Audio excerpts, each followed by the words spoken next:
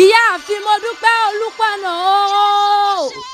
ẹ kú ọdún ènìyàn sì kú àṣeyàṣe yìí sẹ́mi láṣẹ lẹ́dùnmarè ọba ìyá dáadáa àádọ́rin ọdún láyé kì í ṣe kékeré ọba òkè àtúbọ̀ lọ́rẹ̀ mí yín ẹ̀ ní dàgbà àyà abiyamọ tòótọ́ aya pọfẹsọ Kẹ́hìndé Olúpọ̀nà ọdún ayọ̀ lẹ́mọ̀ọ́sẹ̀ ní báwọn sọdún bànújẹ́ ìyá dókítà Tolúlọpẹ́ òsọmọyẹ ìyẹ́ láàrin àwọn ọmọ rẹ̀ adúpẹ́ ìyá Àbùsáyọ̀ fashionista tómòye ìyá Bọ́láńlé onímọ̀ sàárè ọmọ ìyá Babájídé orí olórí oníjíṣẹ́ rẹ̀ àmì àṣẹ arẹwà lóbìnrin eyín mẹ́nugún ìyá olóríire onínúure adùnbárin mọ́tòsí orí oníjòwọ́dúdó yọnu níre ni wọ́n sọ̀rọ̀ wátare níre ni wọ́n mọ̀ sọ̀rọ̀ rẹ̀ òní tẹ́láyé tó bá wọn wá ìyá akéwèjẹ okú ọjọ́ òbí tó ní okú ọdún ìyàwó pọfẹsọ Kẹ́hìndé Jacob Olúpọ̀nà aya rẹ̀ lọ́dẹ owó kan aya wọn níwu tí ọ̀wọ́ mọ́ gbọ́ bí mo ti fẹ́ mọ kílẹ̀ àwọn ọkọ rẹ̀ àwọn lọmọ ọlọ́wọ́ mọ̀dẹ̀ ọlọ́wọ́ kì í jẹ ẹran dun torí ẹdun ló ṣe bàbá wọn lóore ẹdun àdùbí ìyàndùn ọkà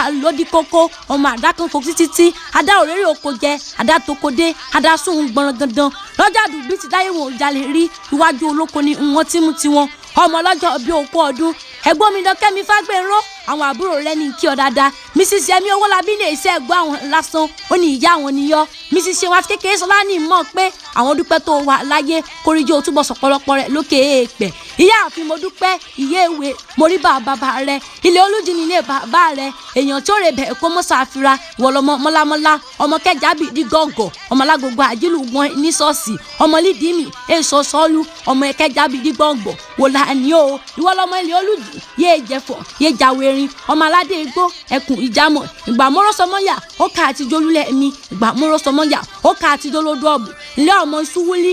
sọ́bẹ̀ ọ̀bẹ wúlí iṣu dóòbí ìbọn wò láàní o ọmọ bẹ́fọ̀ ìyọ̀dì bẹ́ẹ̀rin yúwà bẹ́ẹ̀ tó líwà àfiwé tó lè mi òun gbélújì ó rẹ́ òdìlé ìyá tó bí ọlọ́mọ ọmọ Margaret Mojoyan Láfágbènró mọ̀ ń gbọ́ bí mo ti fẹ́ mọ kí mọ̀mọ́ rẹ ìwọ lọ́mọ awẹ́ ọmọ ajímútábà oògùn àtòkàgìrì ọmọ ẹkùn ọmọ asẹ́yìn sòrò ọmọ olúgbọ́njọ bí ọmọ asẹ́tìmùmí